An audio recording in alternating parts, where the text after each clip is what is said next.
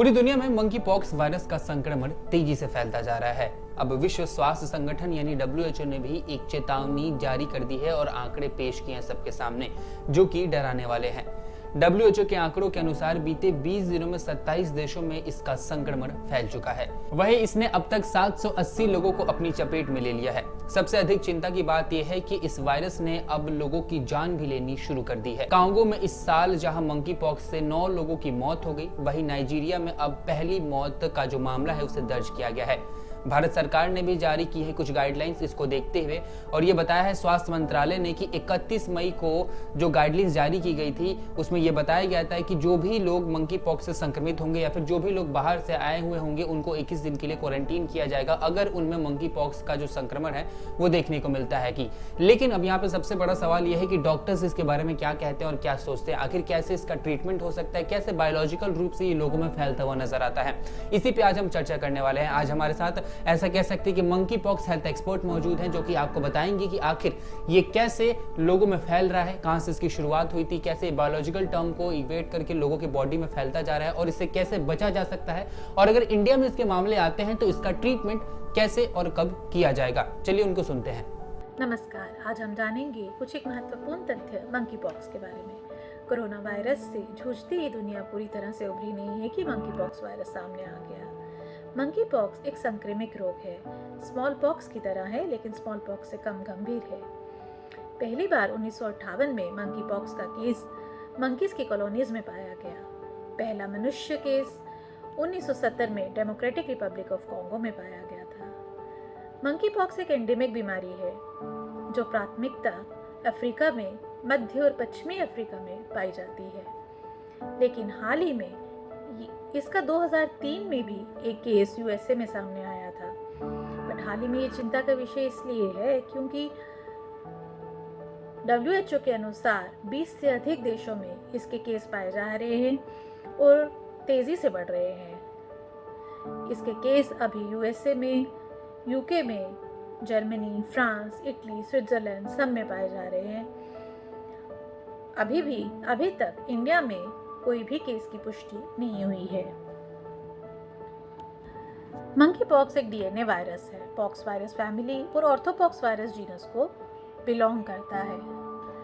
हमें ये तो पता है कि मंकी पॉक्स जो है जानवरों से आता है, लेकिन इसका नेचुरल रिजर्वायर का अनुमान ही लगाया जा सकता है। ये बंदरों में, चूहों में और गिलहरियों में पाया गया है।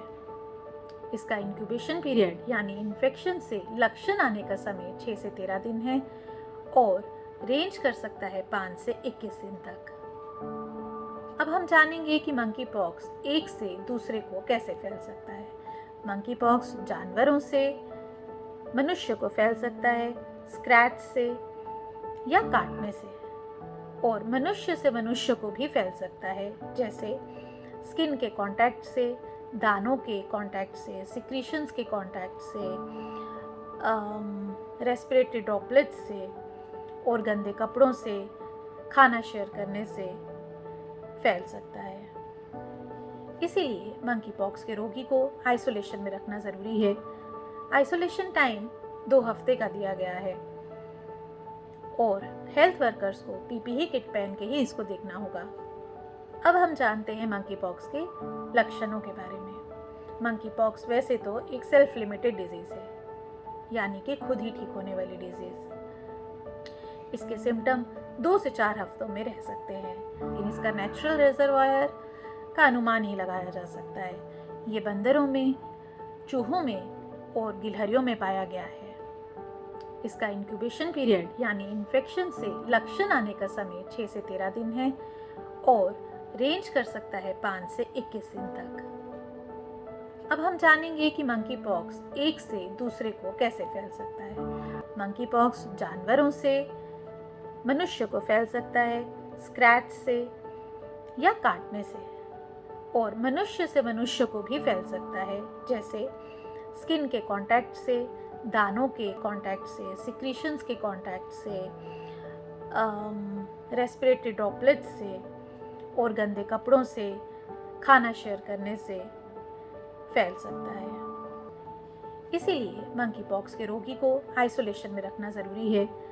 आइसोलेशन टाइम 2 हफ्ते का दिया गया है और हेल्थ वर्कर्स को पीपीई किट पहन के ही इसको देखना होगा।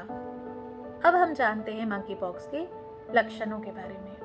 मंकी पॉक्स वैसे तो एक सेल्फ लिमिटेड डिजीज है, यानी कि खुद ही ठीक होने वाली डिजीज। इसके सिम्टम 2 से 4 हफ्तों में रह सकते हैं।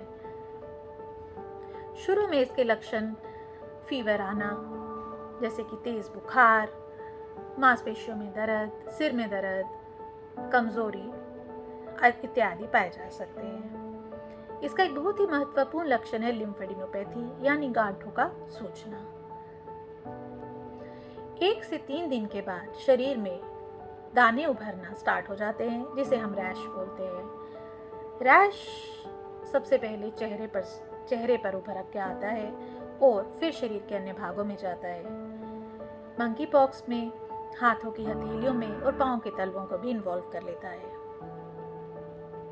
ये दाने धीरे धीरे पानी से भरने लगते हैं और फिर 2 से 4 हफ्तों के दौरान इनमें पपड़ी जमने लगती है। मंकी पॉक्स वायरस वैसे तो गंभीर बीमारी नहीं है, लेकिन बच्चों में ये गंभीर हो सकती है और ऐसे लोग जिनकी इम्यूनिटी कम है या फिर बूढ़े लोग, इनमें गंभीर हो सकती है। इसमें निमोनिया, सेकेंडरी इन्फेक्शंस, एन्केफेलाइटिस भी हो सकता है। इसीलिए मंकी पॉक्स की बीमारी का ज्ञान होना बहुत ही ज़रूरी है। इसके केसेस को तुरंत नोटिफाई करना भी ज़रूरी है। किसी भी बीमारी की जागरूकता और सतर्कता ही उसे फैलने से बचा सकती है। धन्यवाद। कैसे लगी आपको इन्फॉर्मेशन हमें कमेंट करके जरूर बताएं, और अगर वीडियो अच्छी लगी हो और अगर ऐसे इन्फॉर्मेटिव वीडियो देखना चाहते हैं तो हमारे चैनल को लाइक, शेयर और सब्सक्राइब जरूर करें।